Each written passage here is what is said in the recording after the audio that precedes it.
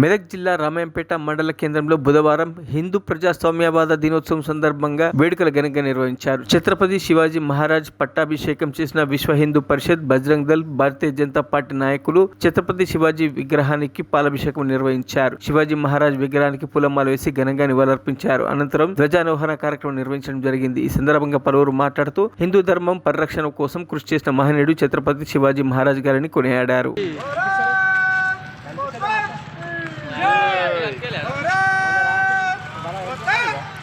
జై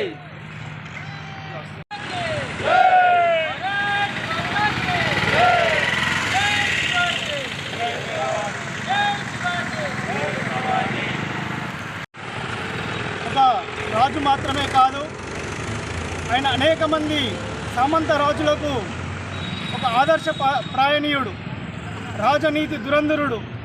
ఈ యొక్క యుద్ధ రీతిని, యుద్ధ ప్రావీణ్యతను కొత్తగా పరిచయం చేసినటువంటి యుగ పురుషుడు ఛత్రపతి శివాజీ మహారాజ్. ఏదైతే హిందూ ధర్మం ఆత్మశోభలో పడిపోయిందో, ఏదైతే హిందూ ధర్మం నిరంకుశ మొఘలుల యొక్క పాదహస్తాల కంద